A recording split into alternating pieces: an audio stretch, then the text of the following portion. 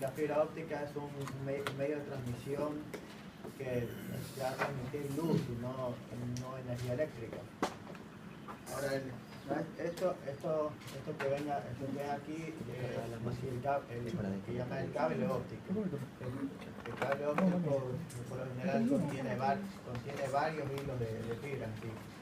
Ahora, cada hilo es cada uno de los hilos es lo que denominamos fibra óptica, porque es allí donde la fibra puede estar hecha de vidrio o de plástico. Para aplicaciones de telecomunicaciones son las fibras de vidrio. Realmente es una aleación entre silicio y germanio, que son materiales semiconductores. ¿Cuántos hilos tiene ese cable? Fibra acceso debe tener 2 hilos. Esa es fibra hacia el usuario. Esa es la que La fibra acceso es la fibra que llega hasta el usuario, y ahí por estándar puede tener hasta 200 o 300 metros de longitud. de longitud. Ahora este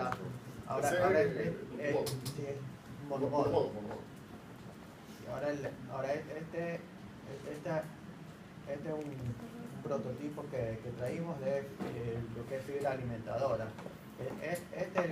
Esta fibra es la que sale de lo que es el nodo y la central, o en fin el cuarto distribuidor. Y esa va hasta la casa del... Esta es para enlaces locales. Esto se conecta entre centrales, y en el camino entre una central o nodo y otro nodo, entonces ahí se montan cajas de distribución. ¿Ya?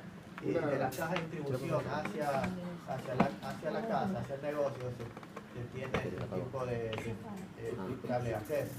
Esta llega hasta la caja de distribución, la subterránea. Sí, está el nodo central hasta la caja de distribución, que va de la caja de distribución hacia La casa. el punto que se desea alimentar. Solo para complementar, Daniel está mostrando dos de los diferentes tipos de cables de fibra óptica que hay. Como él dice, él está mostrando cables, pero por dentro están los hilos de fibra, que son los que realmente llevan la comunicación a través de la luz. Y de los diferentes tipos de fibra, el uso de uno o del otro va a depender entre otras cosas, del ambiente, va a depender también de la aplicación. Las dos fibras que Daniel está mostrando, la primera, la más delgada es la del acceso, la última milla, la que va hasta el usuario. Y la otra, la que está mostrando, es la que llega hasta la caja de distribución antes de ir al usuario. La primera fibra esta fibra que está acá es esta fibra que está acá es rígida. Tiene una atadura metálica para el soporte.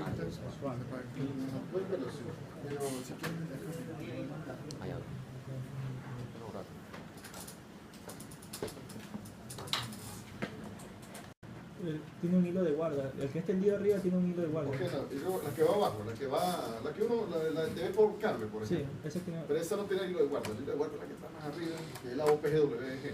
La OPGWG. Y esa la da la ADSS.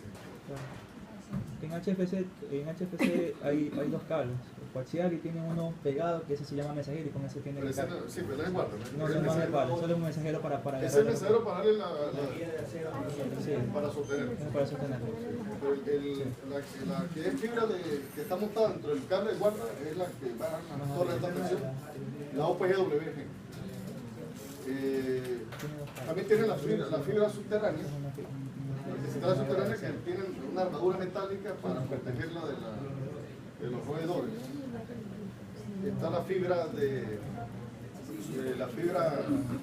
submarina, es decir, para cable submarino. Básicamente esos son los cuatro o cinco tipos que se conocen.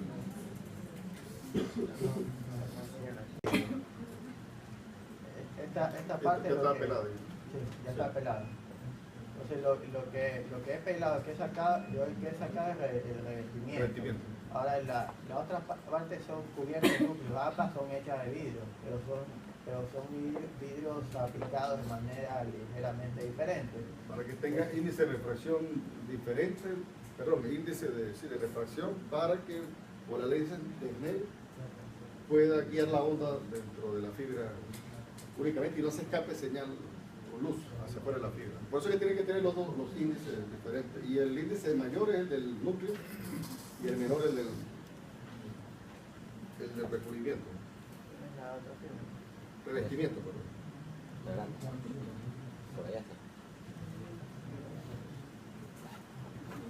Es decir, de forma genérica, raíz de sinusoidal.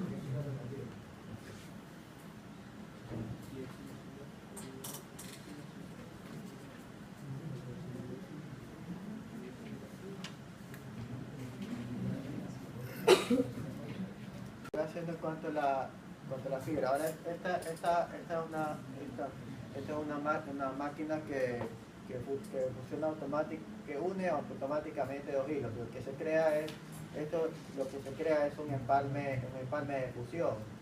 Existe el empalme mecánico, el empalme de fusión. Este último lo que hace es básicamente fundir el vidrio y darle continuidad al enlace. Ya, entonces yo procuraré que solo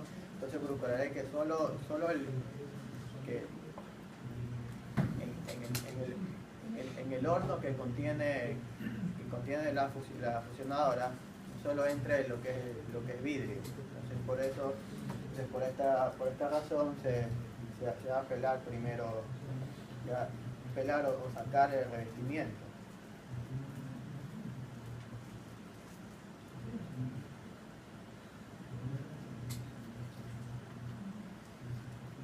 Yo voy a estimar unos 2 centímetros para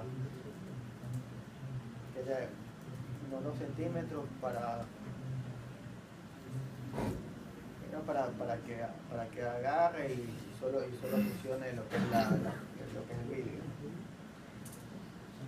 Ahora, en segundo lugar, yo necesito para que se haga la función, antes de fundir, se hace un acoplamiento mecánico. O sea, es decir que aquí el motor y la polea van primero a acoplar las dos fibras. Entonces para eso yo voy a requerir que el corte sea transversal. Entonces por eso no se hace manualmente, sino se hace con que se llama splicer o splicer.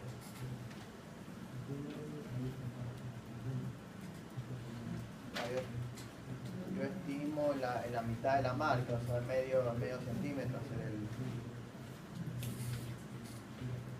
el corte.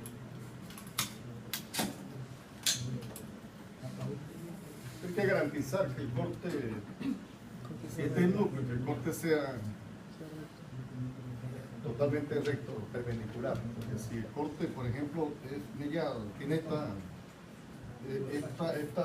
este defecto, cuando se fusione va a causar pérdida. O si el corte, por ejemplo,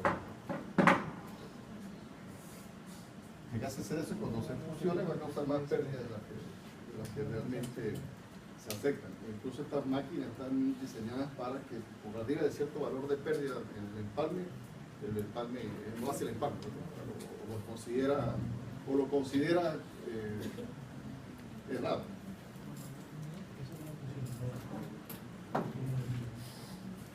Cada uno de ustedes va a venir a hacer un empalme y eso va para la calificación, va a ser directamente proporcional a las pérdidas que obtengan.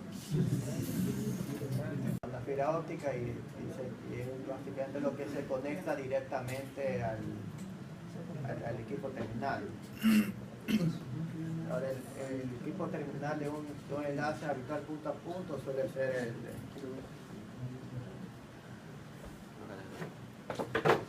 básico, que también es llamado cable de servicio, es un cable ya que viene preparado y que viene en un extremo, es decir, este que va al equipo terminal con ese conector. ¿Qué tipo es? Es SC parece. Conector SC.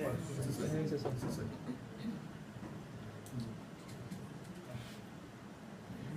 Entonces el transceiver tiene dos. Entonces el transceiver o equipo terminal tiene dos puertos. Uno para lo que es enlace óptico y otro es un puerto RJ45 para señal eléctrica, que es UTP.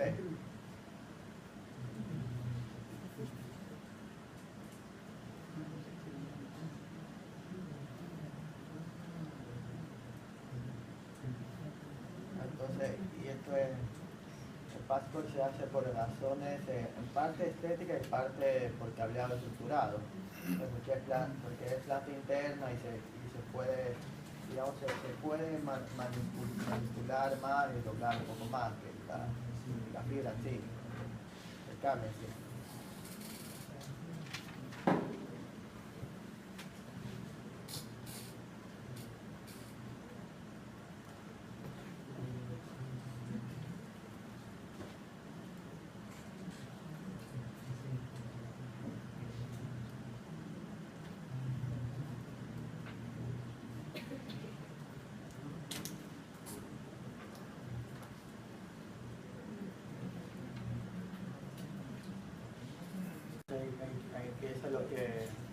Empieza el proceso de fusión. Entonces, aun cuando esto es una imagen microscópica así de la fibra, aun cuando el ojo desnudo veía que estaba acoplado microscópicamente a una ligera desviación. Entonces, el primer paso viene a ser el acoplamiento microscópico.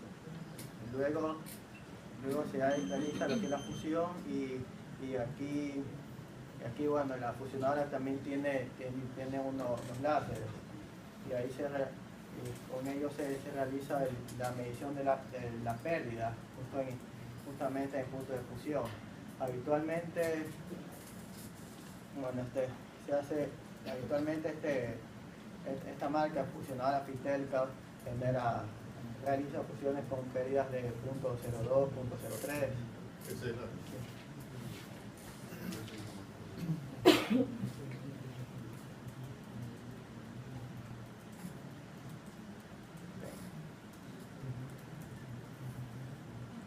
Esa estimación de esas pérdidas por el par de fusión 0.1, 0.01, 0.002, 0.03, etc. Ellas deben ir a la ecuación aquella que mostré ayer, la ecuación básica del cálculo de enlace en fibra óptica, que decía, es bien sabido que se alcanza a grandes distancias porque las pérdidas en la misma son relativamente muy pequeñas en comparación con otros sistemas. El comportamiento del sistema en términos de pérdida puede afectar la velocidad de transmisión del sistema. No solamente lo que es cobertura, también puede afectar, y de hecho así lo hace,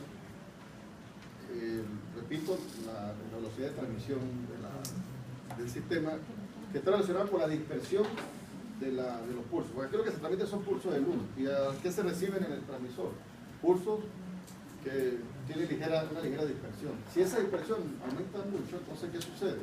Hay interferencia intersimbólica, se solapan los pulsos y eso limita la velocidad de transmisión. Dicho sea de paso que las aplicaciones de fibra óptica, entre otras, sobre todo las que tienen que ver con sistemas de telecomunicaciones, están cada vez más orientadas a qué? A brindar al usuario un mayor ancho de banda. Por eso la razón de la tecnología FTTX, H o B o C, dependiendo hasta dónde llega la fibra. Y como la idea entonces es llegar al usuario con la mayor velocidad de transmisión posible, hay que cuidar que la dispersión en el sistema no afecte esta velocidad de transmisión, no limite el ancho de banda. Eso son, cuando se habla del sistema de fibra óptica, en resumen, lo que hay que estar pendiente, digamos, lo que hay que cuidar es la cobertura por una parte y por otra parte la velocidad de transmisión. Por eso una buena técnica de empalme, por ejemplo, contribuye a que la velocidad de transmisión que se planifique esté más cercana posible a esa planificación, cuando se lleva a la realidad. que de hecho es uno de los puntos de honor cuando se contrata a una empresa o a alguien pues, para que haga empalmes de función en un determinado sistema, es el comprobar que es decir, quien hace el trabajo, quien hace el empalme tiene que cumplir con los requerimientos de pérdida aceptada. Como máximo no puede exceder. Y por eso pueden dejar de pagarle a uno, o sea, a quien realiza el trabajo por no cumplir con los requerimientos. Es decir, si la empresa le exige 0.01 por el empalme, tiene que tener 0.01 por el empalme. ¿Y eso se verifica cómo? ¿Alguien sabe cómo se verifica si los empalmes tienen, si está dentro de del límite establecido por un OTDR?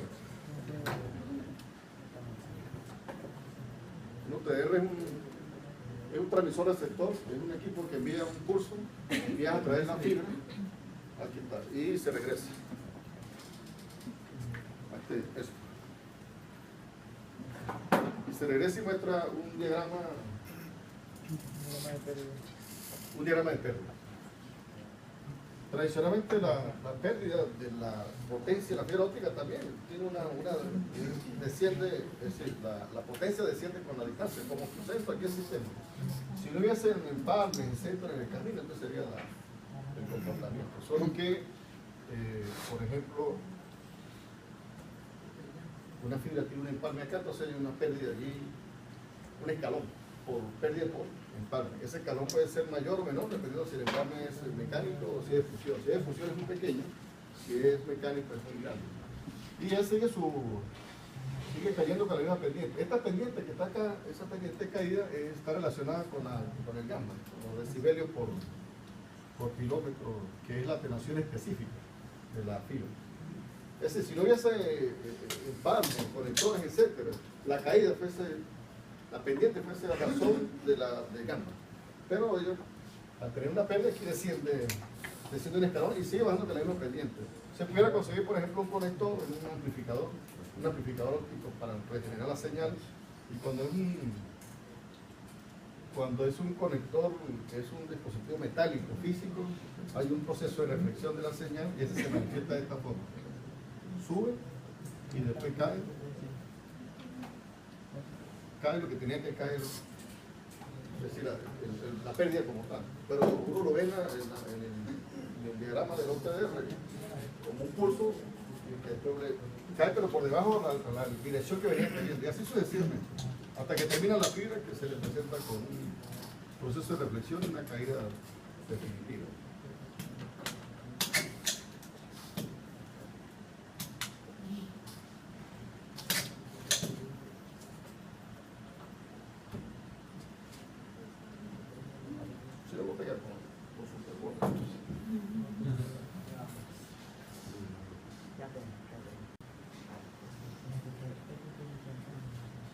Y hay propagación, sí hay propagación. Aunque la energía se propaga en forma de luz, y una propagación, y por cierto, repito, para que la luz viaje de manera confinada en el núcleo, tiene que cumplirse la ley de refracción total, la ley de Snell para refracción total, y además, matemáticamente hablando, si uno hiciera un estudio analítico porque de la propagación de ondas, sería estudiar cómo se propaga una onda electromagnética, porque se aplica aquí esa misma teoría en un medio de conducción o un camino medio de transmisión que es de forma cilíndrica. Entonces esas ecuaciones de onda que ustedes escribieron generales, porque después era particularizado, ¿no? Ustedes hicieron para el espacio libre, no hay carga, etc. Esa ecuación de onda se resuelve en coordenadas cilíndricas. Y bueno, ya pueden imaginar qué tan difícil es si ya con las coordenadas, si en el espacio libre que hay una solución más sencilla, entre comillas, diferente de la trivial, todas las complicaciones que tiene el punto de vista matemático, se pueden imaginar trabajar con una ecuación de onda en coordenadas cilíndricas, por ejemplo. Pero en eso se basan los estudiosos de la fibra óptica, los investigadores, para mejorar el desempeño de la fibra, porque como sistema, la fibra ya está fabricada, nosotros no fabricamos fibra, y la fibra viene ya con un estándar de calidad. Aún asumiendo que sea una fibra de alta calidad, se deben hacer estudios, o mejor dicho, mejoras en el sistema. ¿Para qué? Para, por ejemplo, tener mayor velocidad de transmisión o para alcanzar mayor cobertura con la fibra que hay. Lo cierto del caso sí es que cada vez más se construyen fibras especiales de muy baja pérdida, acá con menor pérdida, con muy baja dispersión, en realidad sería dispersión cero. Fibras especiales, por ejemplo, para que soporten curvatura, porque la curvatura en la fibra causa pérdida y puede también fracturar la fibra. Una consulta, he escuchado bastantes veces el término dopar la fibra. ¿Qué significa? ¿El tema qué? Dopar la fibra. Dopar la fibra. Claro. Eso es traer información. Es una fibra conectada de aquí hasta allá, entonces traer en algún punto. No, dopar, perdón, eso es dragar. Dopar es... No, dopar en. Dale Sí. impureza. Exacto. Es con herbio, por ejemplo, con el herbio. En el proceso de fabricación de la fibra, agregar herbio. Porque el proceso de fabricación de la fibra inevitablemente lleva impurezas. Impurezas, por ejemplo, lleva moléculas de agua muy pequeñas, pero las lleva, eso causa pérdida. Lleva impurezas metálicas, eso causa pérdida. Cuando se dopa, esa impureza disminuye. Pero no solo eso, sino que el herbio tiene la capacidad de regenerar la señal. Entonces, una fibra dopada con herbio no necesita, es un amplificador natural, no necesita un amplificador externo, no necesita Un elemento activo. Exacto. Es el mismo herbio regenera la señal, amplifica la señal. Esa es una de las fibras también, esas son las que se utilizan para FT, para JPON, por ejemplo, la fibra dopada en herbio. Se hace bastante trabajo en eso, y esas ahí sí se necesita un laboratorio de muchos quilates para hacer investigaciones a ese nivel. En Brasil hay una fábrica de fibra modesta. ¿En el Ecuador también? A ver, ¿En dónde? ¿En parte? ¿Pero en ecuatoriana? Sí, Telconegra, nosotros trabajamos. ¿Fabrica fibra? Va a fabricar. ¿Va a fabricar? ¿Todavía no? ¿Ya fabrica? Todavía están en implementación. La fábrica. La fábrica. Todavía no está produciendo fibra. Ya está trayendo el material. Ok, pero todavía no produce fibra. Pero ya está, o sea, ya está todo. ¿Dónde? ¿Aquí? Aquí. ¿La fábrica cómo está? La fábrica. Es el único. De la fabricación del vidrio. Sí, todo el proceso. Ahí tiene un laboratorio excelente, al menos para ver cómo es el proceso de fibra, de fabricación de fibra. Muy bien. Ya sé dónde va a venir, pero va a terminar estudiando.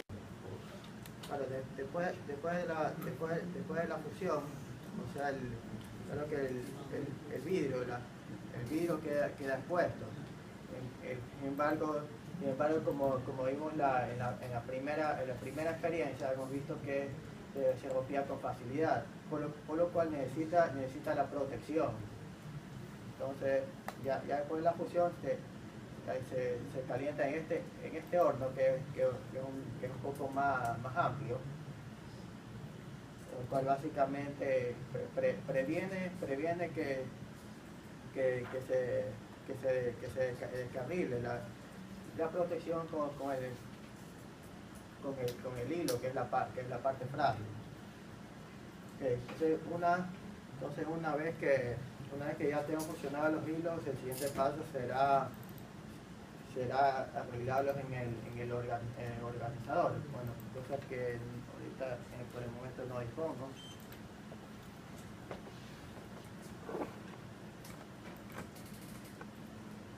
Bien. Entonces,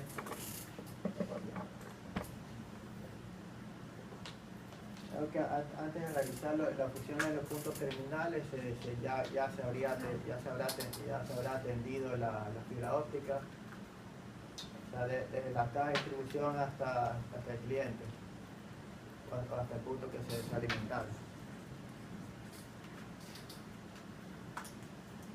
Entonces aquí la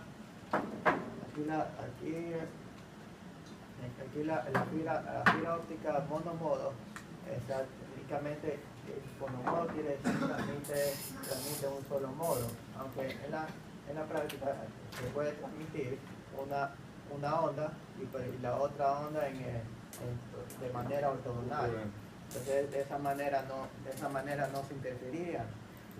Y de esa manera es que yo puedo tener una onda de 1310 nanómetros de luz de onda y otra de 1550 nanómetros de luz de onda emitido por el transceiver opuesto dentro de un mismo hilo de fibra óptica. Eso es por polarización. Polarización ortogonal para que no haya interferencia entre ambas cosas.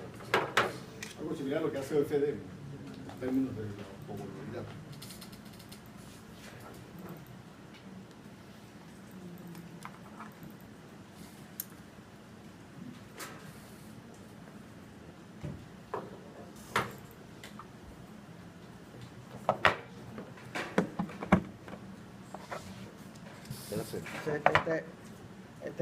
Este es el equipo terminal que lo denominaría, aquí lo denominamos transceiver, que es una abreviatura de transmisor receptor. Este es habitual para alimentar lo que son clientes o puntos individuales. Claro que otros equipos terminales pueden ser el ONT para redes GPON, puede ser la interfase Giga ya para enlaces de SDH.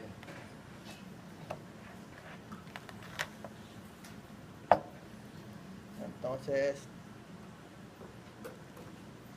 una vez que tengo conectado, entonces claro que el equipo del transceiver tiene aquí sus indicadores. Entonces, una vez que tener enlace óptico es razón suficiente para que el equipo me indique por medio del foquito me indica link active. Bueno, está pequeño, pero dice el link active, me indica que ya existe el enlace óptico. Ahora lo mismo puede indicar una vez que conecte un cable UTP-5 a un ordenador o a un encaminador. UTP-5 no, pero bueno.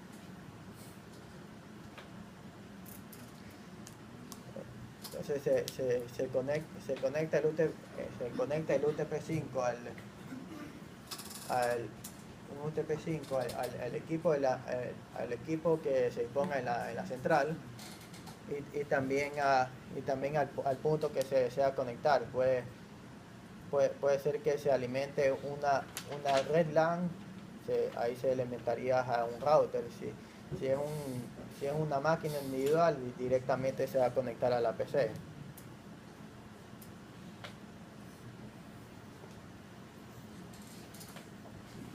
Entonces, si quisiéramos en algún momento verificar el estado del enlace,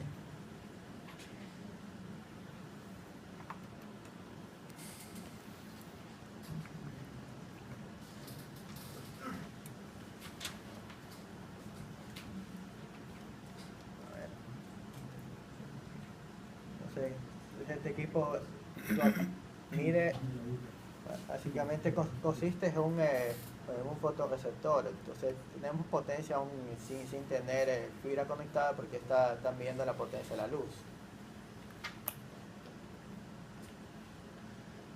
Y entonces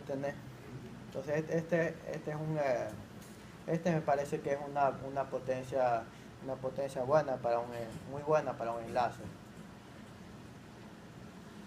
Por ejemplo, puedo transmitir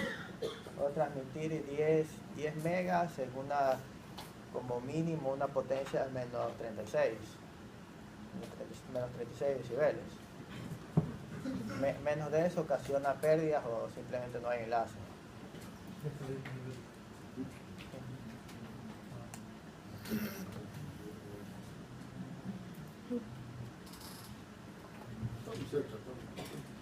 Entonces,